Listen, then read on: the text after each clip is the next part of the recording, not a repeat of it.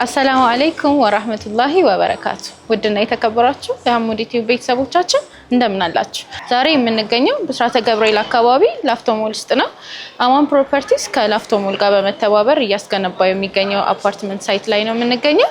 ከ1.5 ቅድመ ክፍያ እንዲሁም አሁን ባወጡት ኦፈር መጠቀም ከቻላችሁ ከ7.3 ሙሉ ክፍያ ጀምሮ የቤት ባለቤት መሆን ትችላላችሁ። የሱን ሙሉ መረጃ ልንሰጣችሁ ቢሮአቸው ውስጥ ተገኝተናል።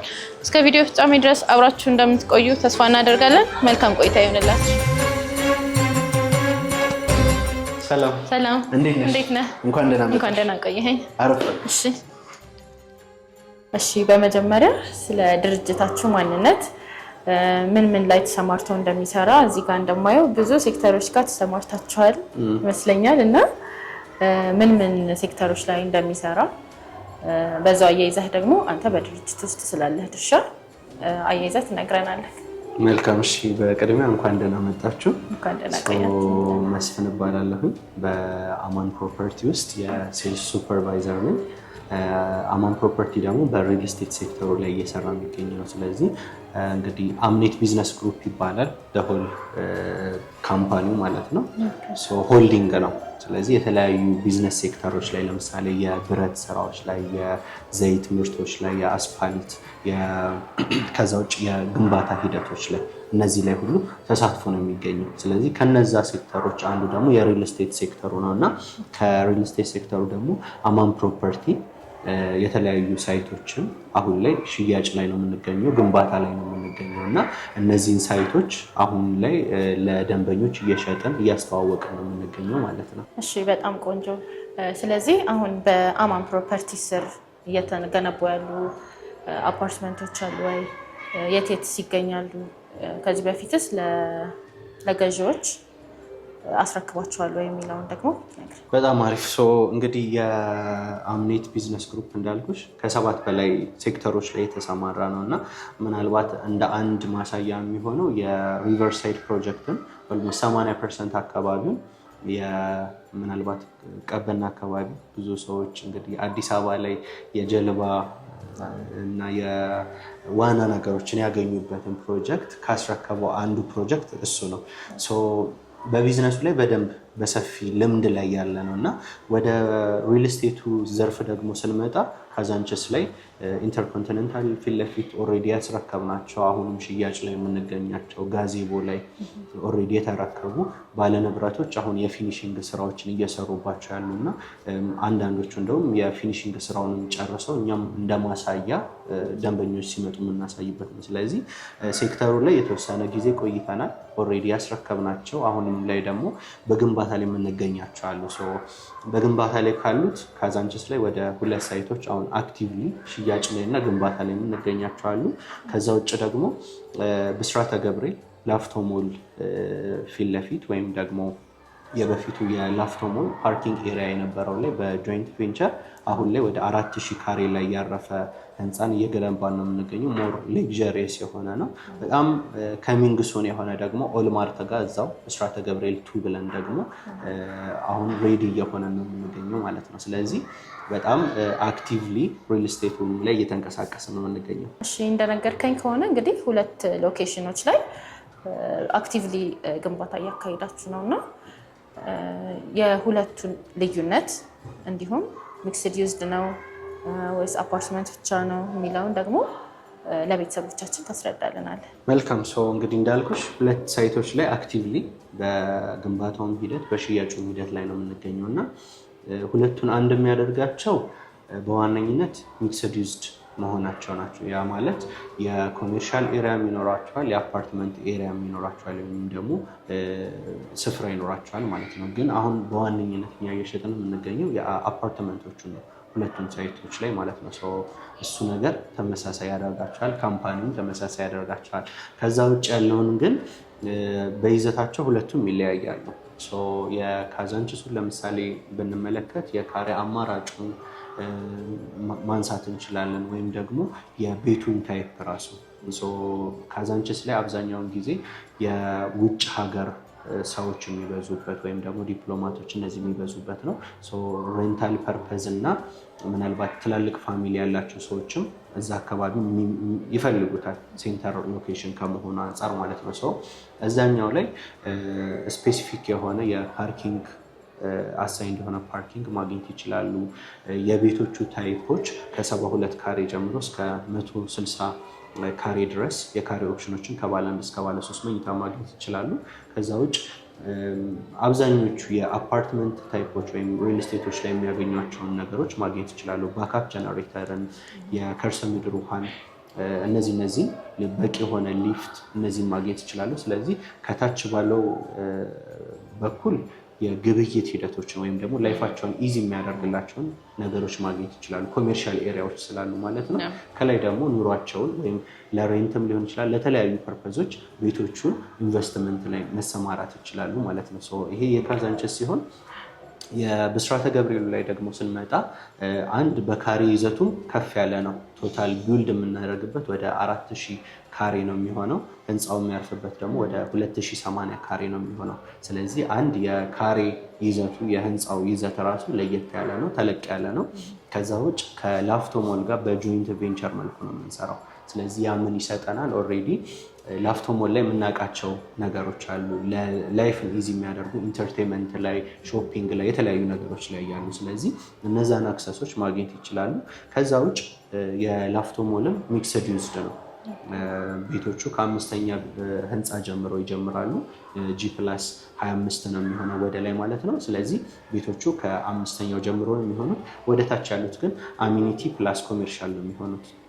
አሚኒቲዎቹ ላይ የጂምናዚየም አገልግሎትን ማግኘት ይችላሉ። የስዊሚንግ ፑል ኦልሬዲ ላፍቶ ሞል አንድ ከሚታወቅባቸው። ከዛ ውጭ ደግሞ ኢንተርቴንመንቱ ላይ ቦሊንግ አለ፣ የተለያዩ ነገሮች አሉ። እነዛን አክሰሶችን ማግኘት ይችላሉ። አሳይንድ የሆነ ፓርኪንግ፣ በቂ የሆነ ሊፍት ማግኘት ይችላሉ። ኦፕን ቴራስ በጋራ መጠቀም የሚችሉበት ለነዋሪዎቹ ክፍት የሚሆን ኦፕን ቴራስ ይኖራል። ከዛ ውጭ በአይነቱ ለየት የሚያደርገው የላፍቶ ሞል ሳይታችንን ቴክኒካል የሚባል ቬንቲሌሽን እነዚህ አይነት ነገሮችን አንጠቀም። ስለዚህ ናቹራል የሆነ የአየር ፀሐይን ብርሃንን ማግኘት ይችላሉ። የብርሃኑ እንዲሁም ደግሞ በሳከር ሳይሆን በናቹራል ቬንቲሌሽን ነው የምንጠቀመው። ስለዚህ ከዲዛይንም አንጻር ከተለያዩ ነገሮች አንጻር በይዘታቸው ይለያያሉ ማለት ነው። እሺ፣ እዚህ ላፍቶ ሞል የሚገኘው ሳይታችሁ ላይ ቅድም ዞር ዞር እያልኩ እያየሁ ነበርና በጣም ደስ ይላል፣ ቪውም በጣም ያምራል እና ይሄን ሳይታችሁን ወድጀዋለሁ። ስለዚህ ለቤተሰቦቻችን ስለዚህኛው ሳይታችሁ በደንብ ሰፋ ያለ ማብራሪያ እንፈልጋለን። ማለት የካሬ አማራጮቹን፣ ያከፋፈል ሁኔታውን እንደዚሁ አያይዘህ ለቤተሰቦቻችን ታስረዳልናል። እኔም እንግዲህ በዋነኝነት የምወደው ሳይት ነው በጣም ከሚሰጠው አገልግሎት አንጻር ማለት ነው እና ይህንን ቦታ አዚ ኢንቨስትመንት ሰዎች ቢገዙት ወይም ደግሞ ጀስት ለራሳቸው ለመኖሪያ ከቤተሰቦቻቸው ጋር ለመኖሪያ ቢገዙት በጣም ተመራጭ ቦታ ነው። ምክንያቱም እዚህ ብስራተ ገብርኤል ሳር ቤት ምናምን ኤሪያ ላይ በጣም ለኑሮ አመቺ ከሚባሉ በዋነኝነት የተለያዩ ኤምባሲዎች የሚሰፍሩባቸው ትላልቅ ድርጅቶች የሚሰፍሩባቸው ከሴኪሪቲ አንጻር ሊሆን ይችላል፣ ከኢንፍራስትራክቸር አንጻር፣ ከትራንስፖርቴሽን ከብዙ ነገሮች አንጻር በጣም ተመራጭ እና አዲስ አበባ ውስጥ ፕራይም ሎኬሽኖችን ጥቀሱ ሲባል ቅድሚያ የሚመጡ ኤሪያዎች ናቸው። ሳር ቤት፣ ብስራተ ገብርኤል እነዚህ ኤሪያዎች ማለት ነው። ሰው እዚህ ቦታ ላይ ነው የሚገኘው እና በእርግጠኝነት ላቶች የምትሽበት ምክንያትም አይኖርም። የዚህ ፕሮጀክት እንግዲህ በዋነኝነት ሚይዛቸው የካሬ ኦፕሽኖች አሉ። ሚኒማል ከ89 ካሬ ጀምሮ ባለ አንድ መኝታ ማለት ነው እስከ 248 ካሬ ድረስ የካሬ ኦፕሽኖችን በውስጡ ይዛል ማለት ነው፣ ባለ 3 መኝታ። ከዛ ውጭ ዙሪያው ላይ የተለያዩ የእምነት ተቋማትን የኤምባሲዎችን ኤምባሲ ኖራ ማለት ሞር ሴኪዩር ይሆናል። ከዛ ውጭ ሎኬሽኑ የዲያስፖራዎች ሲመጡ የሚያርፉበት ሬንታል ቫሊዩ ሚኒማል $2,000 እስከ $2,500 $3,000 ድረስ እንደ ቤቱ ታይፕ ፈርኒሽድ ነው አይደለም የሚለውን አይተን ማለት ነው። ሬንታል ቫሊዩንም የተለያዩ ነገሮችንም ማግኘት እንችልበታለን እና ከዛ ውጭ እንግዲህ እዚህ ቦታ ላይ ማግኘት የሚችሏቸው ቅድም እንደጠቀስኩልሽ በጣም በርካታ የሚባሉ አሚኒቲዎችን ማግኘት ይችላሉ ህንፃውን ሲገለገሉ።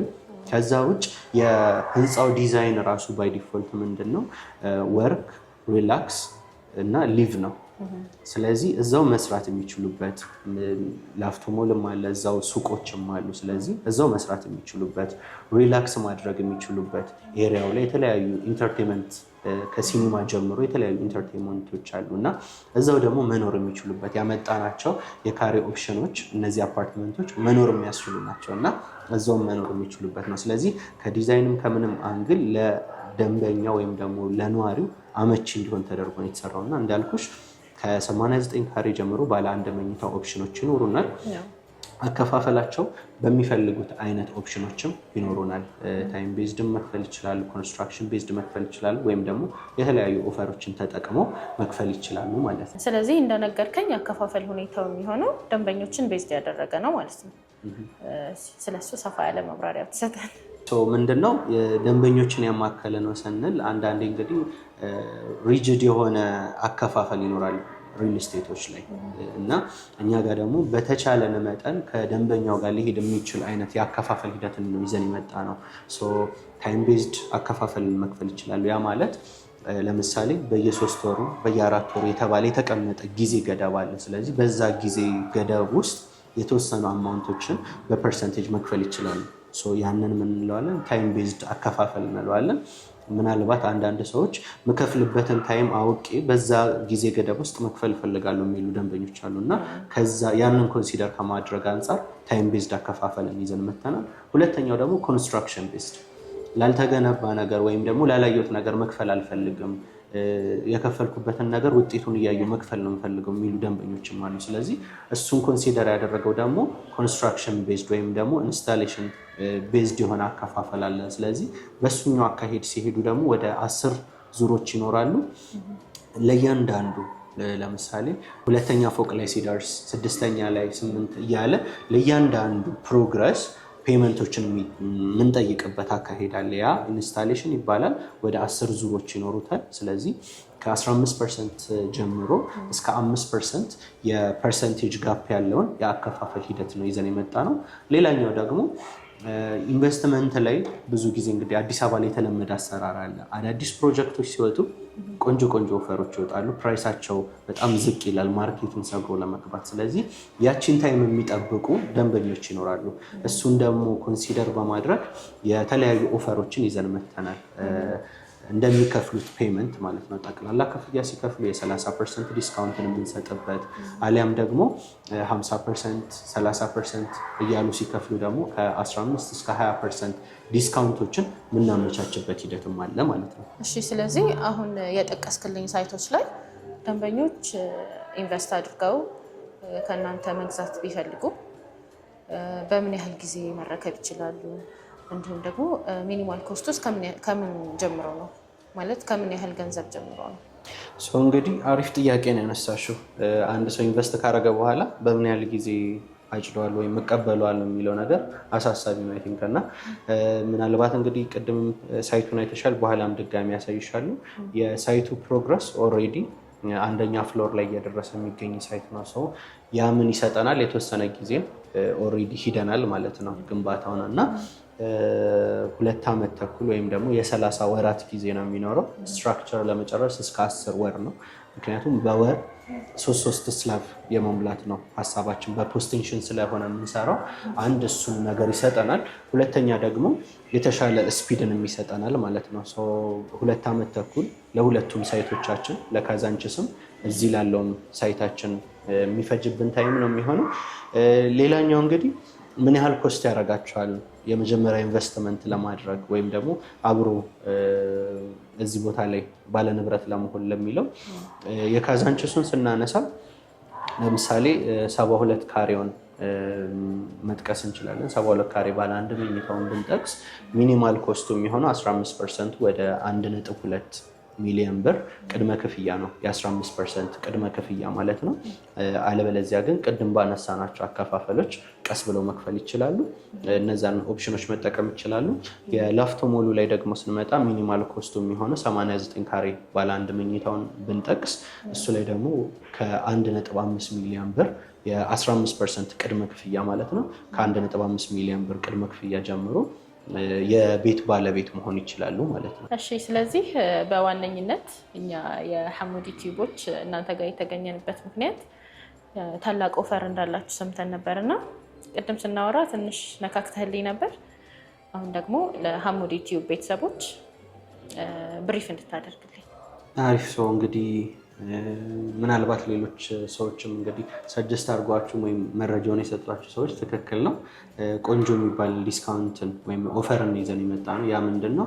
አንድ ሰው ቤቱን እንደገዛ ትርፋማ መሆን የሚችልበት፣ ያ ማለት ማርኬቱ ላይ ካለው ዋጋ የ30% ቅናሽ ማለት ነው። ስለዚህ ለምሳሌ አንድ ባለ አንድ መኝታ 10,300,000 ብር ይሸጥ የነበረውን በዚህ ኦፈር በ7.3 ሚሊዮን ጠቅላላ ክፍያ አንድ ሰው የቤት ባለቤት መሆን ይችላል። ያ ደግሞ የሆነው ምንድነው 70/30 የሚባል አከፋፈልን ይዘን መተናል። ስለዚህ 70/30 በዋነኝነት ምንድነው በካሽ ጠቅላላውን ገንዘብ ላይ የሚከፍሉ አንዴ ለሚከፍሉ ደንበኞች ሲከፍሉን 100%ን ሲከፍሉን የ30% ዲስካውንት እናደርጋለን። ስለዚህ የሚከፍሉት ባይ ዲፎልት 70%ን ነው ማለት ነው። ያ ማለት 30% ኦፍ ተደረገላቸው። ስለዚህ ቅድም እንዳልኩሽ ለምሳሌ የ89 ካሬ ብስራተ ገብርኤል ላይ የሚገኘውን ባለ አንድ መኝታ ብናስተውል 89 ካሬው 10,300,000 ብር ነው የሚመጣው። በዲስካውንቱ ሲሆን ደግሞ ወደ 7.3 አካባቢ ይመጣል። ስለዚህ 30% ዲስካውንት ተደርጎ ማለት ነው። ሰው አንድ ሰው ገና ቤቱን እንደገዛው የ3 ሚሊዮን ብር አካባቢ ትርፍን አሁን ካለው ቫሊዩ ትርፍን አግኝቶ ነው የሚጀምረው ማለት ነው። እንደዚሁ ደግሞ 97 ካሬ ባለ አንድ መኝታም አለን። እሱኛው ላይ ደግሞ ወደ 12 ሚሊዮን ብር አካባቢ ነው የሚመጣው። እንደዚሁ 30% ዲስካውንት ሲደረግ ወደ 8 ሚሊዮን ብር አካባቢ ዝቅ ይላል ማለት ነው። ስለዚህ እያንዳንዱ ካሬዎች ላይ ለምሳሌ ትልቁን ካሬ ብንጠቅስ 248 ካሬ ነው የሚሆነው ባለ 3 መኝታው። እዚህ ሳይት ላይ ትልቅ የምንለው ካሬ እሱ ስለሆነ ማለት ነው። እሱኛው እንግዲህ ወደ 29 ሚሊዮን ብር አካባቢ ነው የሚሆነው። በዚህ ዲስካውንት ደግሞ ወደ 20 ሚሊዮን ብር አካባቢ የሚመጣበት አድቫንቴጅ አለ። ስለዚህ አንድ ሰው ገና ቤቱን እንደገዛው የ9 ሚሊዮን፣ የ3 ሚሊዮን፣ የ4 ሚሊዮን እንደ ካሬያቸው ኦፕሽን እንደሚገዛው ቤት ታይፕ በዚህ ኦፈር ተጠቅሞ እንደሚገዛው ቤት ታይፕ ሚኒማል ከ3 ሚሊዮን እስከ 8 ሚሊዮን 9 ሚሊዮን ብር ምን እያደረገ ነው እየተረፈ ነው የሚገዛው ማለት ነው። ስለዚህ ይሄ ኦፈር የወጣው በጣም ለውስን ቤቶች ነው። ወደ 15 ቤቶች ላይ የሚጠጉ ነው። ከዛ በኋላ ኦፈሩም ይነሳል። ፕላስ ደግሞ የካሬ ዋጋውም አሁን እየሸጠን የምንገኘው በ115,000 ነው የካሬ ዋጋ ማለት ነው። የካሬ ዋጋውም ፕላስ ደግሞ ኦፈሩም የመነሳት ፕሮባቢሊቲ ይኖረዋል። ቀድሞ የሚመጡ ደንበኞች የተሻለ ኦፈሩን የመጠቀም ፕሮባቢሊቲ ይኖራቸዋል። ከዛ ውጭ የካዛንቺሱ ላይ 8.2 የነበረው የባለ አንድ መኝታ ወይም 72 ካሬው ዋና ዋጋ ጠቅላላ ዋጋ በዚህ ኦፈር ሲጠቀሙ ወደ 5.8 ይመጣል ማለት ነው። ስለዚህ እዛ ላይም ሚኒማል 2 ሚሊዮን ብር አካባቢ ትርፍ ማግኘት ይችላሉ ማለት ነው። ስለዚህ እያንዳንዱ የቤት ታይፖቻችን ላይ እያንዳንዱ ሳይት ላይ በዚህ ኦፈር ለሚገዙ ደንበኞች ሚኒማል ከ2 ሚሊዮን እስከ 8 ሚሊዮን ብር ጋፕ ያለው ዲስካውንትን ማግኘት ይችላሉ። አለበለዚያ ደግሞ 30% ሲከፍሉ የ15% ዲስካውንትን ከከፈሉት ዋጋ ላይ ማለት ነው። 50% ሲከፍሉ ደግሞ የ20% ከ50% ላይ ካልኩሌት የሚደረግ የ20% ዲስካውንትን ማግኘት ይችላሉ ማለት ነው። በጣም ደስ ይላል። ስለዚህ ውድ የሐሙዲ ቲዩብ ቤተሰቦቻችን አማን ፕሮፐርቲስ ያወጣውን ትልቅ ኦፈር እንግዲህ ሰምታችኋል። የድሉ ተጠቃሚ እንድትሆኑ ከወዲሁ ጋብዛችኋለሁ። እንግዲህ ቢሮ ላይ ይህን ያህል ካወሩ ላንቺ ለቤተሰቦችሽም የሳይቱ ፕሮግረስ እንቅስቃሴ ላይ ነው ብዬሻለሁ እና የሳይቱን ፕሮግረስ ደግሞ በጣም ብለን እናያይተንካል። እንግዲህ እንዳልኩሽ ሳይቱ በጣም እንቅስቃሴ ላይ ያለ ሳይት ነው እና ምናልባት አንዱ ለቀን ቆይታችሁ ብትመጡ የሙሌት ስራ ላይም ታገኙን ነበረ ማለት ነው። እንደምታዩ ከፊት ለፊቱ ብሩክ ሆስፒታል አለ። እዛ ጋር በጣም በቅርብ ርቀት አልጄሪያ ኤምባሲ አለ። ዙሪያው ላይ ደግሞ በጣም ትላልቅ ገስት ሃውሶች ናቸው ያሉት ከ2,000 እስከ 3,000 ዶላር የሚከራዩ። እዚህ ጋር ብስራተ ገብርኤል አለ። በጣም ወደ ብዙ አቅጣጫዎች መሄድ የምንችልባቸው አስፋልቶች አሉ ማለት ነው። ወደ ታች ዝቅ ስንልም መስጂዶችን ማግኘት እንችላለን። ስለዚህ ከኑሮ አንጻር ከተለያዩ ነገሮች አንጻር በጣም ብዙ ነገር ማግኘት የሚችሉበት በጣም በአሪፍ ፕሮግረስ ላይ የሚገኝ ነው። ግንባታውም ደግሞ ኦልሬዲ እንግዲህ 30-40% ይደናል ብዬ አስባለሁ። ከዚህ በኋላ የስትራክቸር እና የፓርቲሽን የፊኒሺንግ ስራዎች ናቸው የሚቀሩት ማለት ነው። ስለዚህ ባልኩሽ መሰረት እንግዲህ በፖስቴንሽን ነው የምናስገነባው። በወር 3 ስላብ የመሙላት ሀሳብ ነው ያለን እና ይሄ ከታች የምታየው ኦልሬዲ የተሞላው ላስት 2-3 ዊክስ የተሞላ ነው። አሁን ደግሞ እዚህኛው ስላብ ላይ ነው የምንገኘው። በዚህ ፕሮግረስ ላይ ነው የምንገኘው ማለት ነው። በጣም አሪፍ ፕሮግረሱ አሪፍ ይመስላል፣ እየሄደ ነው። ሰዎችም በስራ ላይ ነው ያሉት። ምናልባት እንዳልኩሽ እንግዲህ አንዱ ለቀን በኋላ ቢሆን ነበር የምትመጡት፣ ወይ ሙሌት ላይ ወይ ተሞልቶ ነበር የምታገኙት በእርግጠኝነት። እሺ በጣም ደስ ይላል። እንግዲህ ፕሮግረሱ በጣም እየሄደ ይመስላል። ሰዎችም በስራ ላይ ናቸው እንደሚታዩ። በጣም አሪፍ ነው። ስለዚህ ደንበኞች ከአማን ፕሮፐርቲስ ቤት መግዛት ቢፈልጉ በአካል መምጣት ለሚፈልጉም እንዲሁም ውጭ ሀገር ሆነው ቤት መግዛት ለሚፈልጉ ደንበኞች እናንተን በምን መልኩ ነው ሊያገኟቸው የሚችሉት? አሪፍ ያው እንግዲህ እንዳልኩሽ አሪፍ ፕሮግረስ ላይ ነው ያለነው፣ የሚታይ ነገር ላይ ነው ያለነው። ስለዚህ ዲሳይድ አድርገው ከኛ ጋር አብረው ኢንቨስት አድርገው መቀጠል የሚፈልጉ ደንበኞች፣ ሀገር ውስጥ ያሉ ደንበኞች ብስራተ ገብርኤል በሚገኘው በዋናው ቢሮአችን መጥተው ያለውን ነገር ተመልክተው ፕሮሰስ ማድረግ እንችላለን። በተወካይም ሊሆን ይችላል፣ በራሳቸውም ማለት ነው። ውጭ ሀገር ላይ ያሉ ደንበኞች ደግሞ ከዚህ በፊት የሚያደረግናቸው ፕሮሰሶች ነበሩ። ስለዚህ እዚህ ሀገር ተወካይ ካላቸው ተወካዮቻቸውን ልከው ያለውን የሳይቱን ፕሮግረስ፣ የተለያዩ አግሪመንቶችን፣ የተለያዩ ነገሮችን ቼክ አድርገው ቀጣዩን ነገር ስቴፕ መውሰድ ይችላሉ። እዚህ ሀገር ላይ ደግሞ ተወካይ የለንም፣ እዛ ውጭ ሀገር ነው ያለነው፣ በቅርቡ መምጣት አንችልም፣ ግን ይህንን መጠቀም እንፈልጋለን ያለውን ኦፈር የሚሉ ደንበኞች ካሉ ደግሞ በዲኤችኤል በኩል ያለውን ማንኛውንም ዶክመንቴሽኖች በሶፍት ኮፒ አታች ማድረግ እንችላለን። እሱን አይተው ዲሳይድ ካደረጉ ያሉበትን አድሬስ ልከውልን የሚጠበቀውን ክፍያዎች አድርገው አግሪመንቶችን ወደ ውጭ ሀገር በዲኤችኤል በኩል ፕሮሰስ ማድረግ እንችላለን ማለት ነው።